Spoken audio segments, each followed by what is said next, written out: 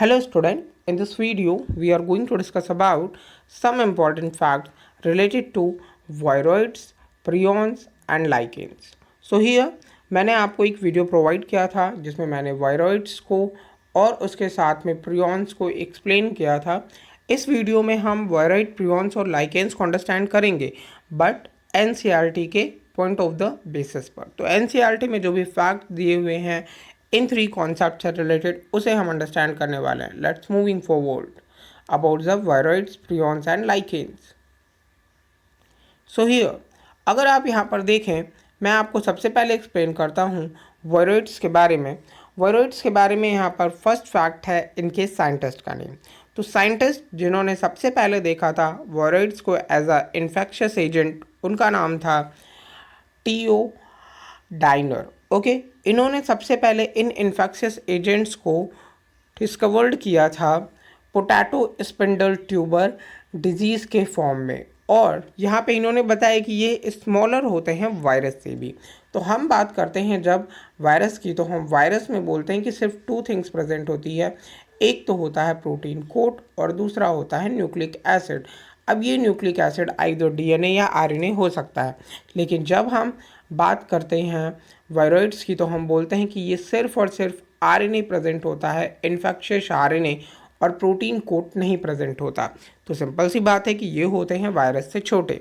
Next fact अगर हम यहाँ पर देखें तो इन्होंने फाउंड किया था a free RNA and it lack the protein coat that is found in viruses. Then उसके बाद इनका नेम भी इसीलिए मेंशन हुआ वायरॉइड, और ये the RNA of the viroid was of low molecular weight. तो जो नॉर्मल मोलिकुलर वेट्स होता है आरएनए का, उससे लो मोलिकुलर वेट होता है वायरॉइड्स के आरएनए का। नेक्स्ट वन यहाँ पर अगला फैक्ट है प्रियॉन्स से रिलेटेड। तो प्रियॉन्स की अगर हम बात करें तो ये भी वायरस से छोटे हैं। अब अभी हमने बात की कि वायरस में टू थिंग्स प्रेजेंट थी, प्रोटीन कोट और उसके साथ में आरएनए, और अगर सिर्फ आरएनए होता तो उसे हम बोल देते वायरॉइड्स, लेकिन यहाँ पर आरएनए नहीं होता, सिर्फ और सिर्फ प्रोटीन होती है।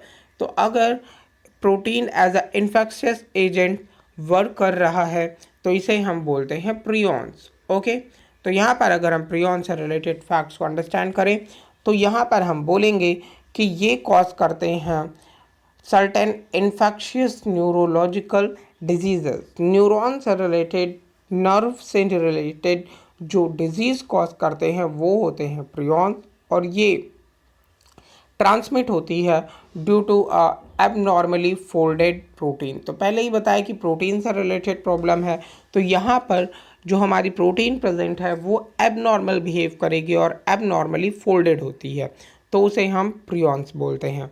ये भी स्मॉलर साइज होते हैं वायरसेस से, so similar in size to virus. अब सिमिलर साइज यहाँ पर प्रोटीन से रिलेटेड फैक्ट से दिया गया है। Okay, and these agent were card prions, इन्हें प्रियॉन्स बोलते हैं। और ये प्रियॉन्स बहुत ही इम्पोर्टेंट एक डिजीज़ कॉज करते हैं जिसे हम लोग बोलते हैं बोविन स्पॉन्जीफॉर्मिस इंसेफ्लोपैथी, जिसे हम बीएसई बोलते हैं। कॉमनली इसे हम बोलते हैं मैड काऊ डिजीज़ेस। तो आप लोग जानते हैं जो भी हमारे कैटल्स हैं उनमें जो पागलपन की डिजीज़ होती है उसके लिए रिस्पॉन्सिबल प्रियॉन्स होते हैं। इवन अगर हम ह्यूमन बीइंग की बात करें तो ह्यूमन बीइंग्स में भी CR जैकब डिजीज़, जिसे हम CJD बोलते हैं, ये ह्यूमंस में कॉज होती है। तो ये तो फैक्ट्स रिलेटेड था प्रियॉन से। अब अगर हम लाइकेंस की बात करें तो लाइकेंस में ये एक सिम्बियोटिक एसोसिएशन होता है जहाँ पर टू ऑर्गेनिज्म इस साथ साथ रहते हैं, म्यूचुअली यूज़फुल होते हैं, और ये एसोसिएशन यूज़फुल होता है। अब ये एसोसिएशन फॉर्म होता है दो ऑर्गेनिज्म के बीच में।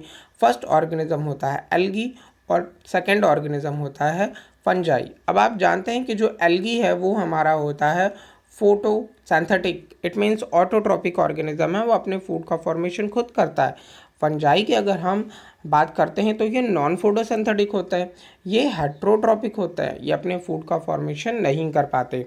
ऐसे में जब ये दो ऑर्गेनिज्म साथ में रहेंगे तो फूड फॉर्म करने की ड्यूटी तो एल्गी की होगी, और फंजाई की क्या ड्यूटी होगी?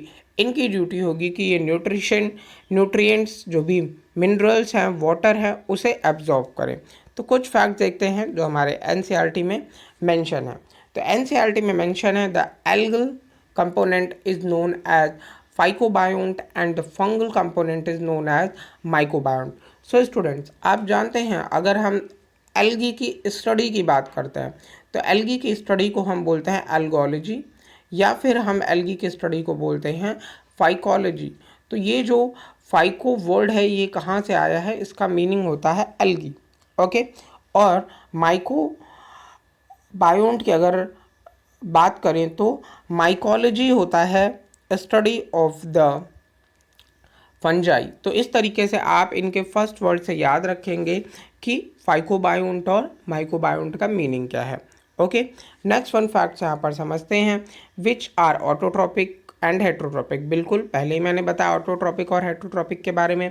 अब एल्गी की ड्यूटी यहाँ पर दी जाती है फूड को प्रिपेयर करने की, और फंजाई को ड्यूटी दी जाती है शेल्टर और एब्जॉर्ब करने के लिए मिनरल्स और वाटर को।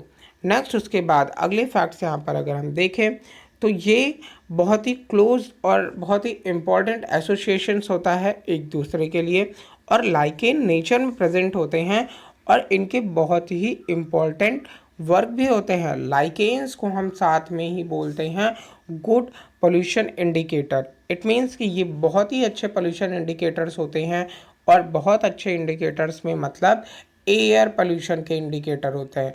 जिन भी प्लेस पर बहुत ज़्यादा एयर पोल्यूशन होता है वहाँ से सबसे पहले डिसअपेयर होने वाले ऑर्गेनिज्म आपको दिखेंगे लाइकेन्स। ओके, तो lichen is the best pollution indicator in air pollution case. Okay, next one facts अगर यहाँ पर मैं आपको बताऊँ तो लाइकेन्स का यूज़ हम करते हैं pH indicator, litmus paper make करने में। उसके साथ ही हमारे घरों में कुछ स्पाइसेस मेक करने में भी लाइकेन का यूज़ किया जाता है, और साथ ही साथ जो सक्सेशन की प्रोसेस होती है उसमें भी एक इम्पॉर्टेंट रोल प्ले करते हैं लाइकेन्स। और अगर यहाँ पर लाइकेन के क्लासिफिकेशन की बात करें तो मेनली 3 टाइप के क्लासिफिकेशन हम लाइकेन्स के देते हैं, और वो जो हमारे 3 टाइप के क्लासिफिकेशन में आते हैं, फर्स्ट वन होता है क्रस्टोज लाइकेन, सेकेंड वन होता है फोलियोज लाइकेन, और थर्ड वन होता है फ्रूटिकोज लाइकेन। ये इनके ग्रो होने के बेस पे हम इन्हें क्लासीफाई करते हैं। सो होपफुली माय स्टूडेंट्स, यहाँ पर आप लाइकेन से रिलेटेड इन इम्पॉर्टेंट फैक्ट्स को समझ पाए होंगे। Thank you.